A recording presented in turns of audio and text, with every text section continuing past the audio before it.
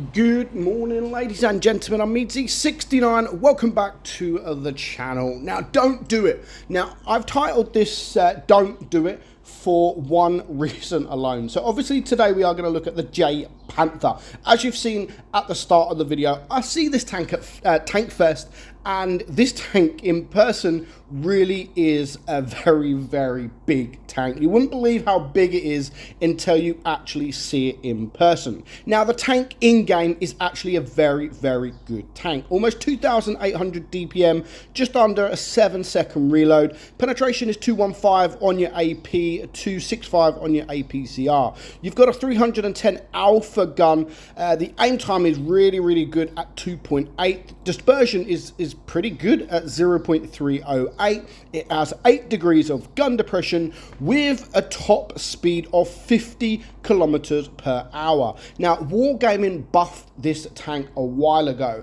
and after they buffed it, it literally become an absolutely insane tank. Now, the armor profile isn't great, but obviously certain angles it does become very, very, very strong.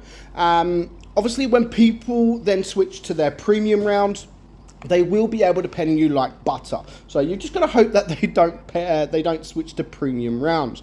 Now, what I mean about don't do it is because a tank like this is very, very, very easy to just push forward, like we have done right here. You've got to get into that habit of not doing that. Yes, it is an extremely fast tank destroyer with a good gun, good DPM, decent armor, but you've got to get into the habit of not rushing, not YOLOing as far forward as you like to. Now, of course, because of that speed, it is easy said than done. You just completely forget about it. But if you do that, majority of the time, you are just going to get ripped apart. So you just need to be very patient. It's a very delicate tank when there's a lot of tanks looking at you. If there's no tanks looking at you, it is an incredible tank. With that DPM, you can pretty much out DPM most things that come in front of you. You can penetrate them quite easily, but they can also penetrate you too. So if you're the first one forward, of course they are going to focus you. So you've got to get into the habit of not pushing. You don't have that many hit points. I mean, 1,000 hit points. We've just taken a nasty shot there. We take one more shot, we are a one shot. So you've got to get it in, you've got to get it into your head. Like, just because it's got that speed, it doesn't mean that you get to it doesn't mean that you should use that speed very, very early on in the battle. You've just got to hold fire, you know, be patient, don't do it, which is why I have titled this Don't Do It, because yes, more often than not, you will do it. You will do it. Even though you don't want to do it, even though you shouldn't do it, you will do it because it's just a habit. You know, when you've got a tank destroyer that goes this quick, especially if you are top tier. Now, if you're top tier against tier 6s, you can obviously rush forward a little bit more because you will be able to get some bounces. But you've got to remember, you are a tank destroyer, and a tank destroyer without a turret. So if you get caught out in the open from a light tank or a medium tank, you can get bullied. Yes, it's not a slow tank. You can get out of some situations because of how quick the traverse is. I mean, it's not a slow tank by all means. But yeah, when you play this tank right, it then becomes a really, really good tank. You play it wrong, then you will just get absolutely bullied. So yeah, just don't do it. Don't do it. Play it like it is supposed to be played. Now, again, here, we are pushing forward, but to be honest, we are pushing with our team. It's not really the kind of map for a tank destroyer, especially when you go this side of the map. Yeah, I'm trying to sit behind the hill. I'm trying to sort of go with my team. And of course, I am trying to focus that that smasher, because yeah, he is the most dangerous target. We are top tier, we are against some tier 6s, so I'm not too worried about some tier 6s. However, I am worried about that smasher. So straight away, we do have now one tank down. We have got the enemy down to a few hit points there. The VZ is about to die. The smasher is a one shot. There's a few tanks around, and I was literally about to do what I always say don't do, and that is just to push forward. At the very last minute, I realized that there are actually some tanks to my right, so we have taken a shot, but we did manage to back up enough to not lose that many hit points. So there's the magnate there. At the moment, it is a 5 versus 4. We're winning on supremacy points, but anything could change. Now, that magnate is a one shot, but there is still quite a few tanks that are very, very healthy. So we're just going to wait for our team. There goes the magnate. So now I am going to push with my VK30 there and to push that Firefly.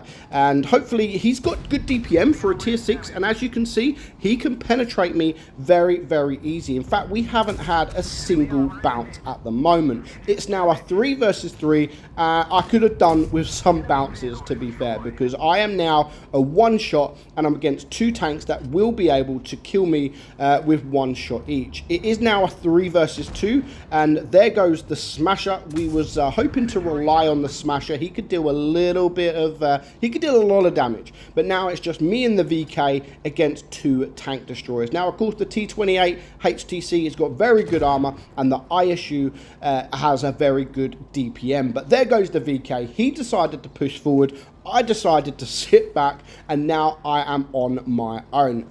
But the problem we got here, what do I do? Luckily I'm against two tank destroyers. I'm pretty much a one shot. I think I can take maybe one shot. I can't even see my hit points because I've yeah, silly me. So I can only hope to split these guys apart. Now, the thing is, they got two cap bases, B, and they got base C. So what do I do? I've got plenty of time on the clock. However, their supremacy points are going up. Now, I don't want to get base B because, knowing my luck, they will be around this corner. So I wanted to get base C just to slow their supremacy points down. And luckily for me, straight out in front of me, the HTC. Now, as he's coming out, the other tank, the ISU, started to cap base A. Now, I cannot allow them to have all three bases at this point. I need to get one or two bases. So he has caught base A, and considering I am now capping base C, I'm going to guess he is going to come my way. So I'm now got to just be a little bit patient. Again, I can't take a shot. I'm a one shot. This guy has full hit points. He has full hit points, but the only thing I could do at this point is just be patient. Now, if I was the ISU, I wouldn't even really be attacking. You know, they're going to win on supremacy points, no doubt about that, unless I cap all three bases. So all he needs to do, he could just go and sit on the bridge, you know, because I'm just going to sit here and wait. If he would have just sat on the bridge, then it was an easy win. But I guessed it right. Unfortunately, I did bounce. Luckily for me, I do have this ridge in front of me. I just need to keep moving backwards and forward. I need to make it so I don't make it easy for him. So he's missed the first shot. There's the second shot. Again, my DPM is almost pretty much equal to him, but I'm not going to take anything for granted. Now, at this point, I'm thinking, right, he's pushing me. Look at that little move there. I moved just back enough for him to miss his shot, and I do manage to get the win. So actually, it was a very, very nice win. Didn't think I was going to win by any means. We got a nice amount of damage. Unfortunately, it wasn't an ace. I thought, you know, maybe that would be an ace, 3,700 damage. Unfortunately not. It was just a first class. So play this tank right. You will have an amazing time, but just don't do it. Don't rush. Don't get tricked by the speed of this tank, because it will ruin you. So I hope you enjoyed today's video, guys. I'm Meadsy, and I'll catch you all soon. Bye-bye.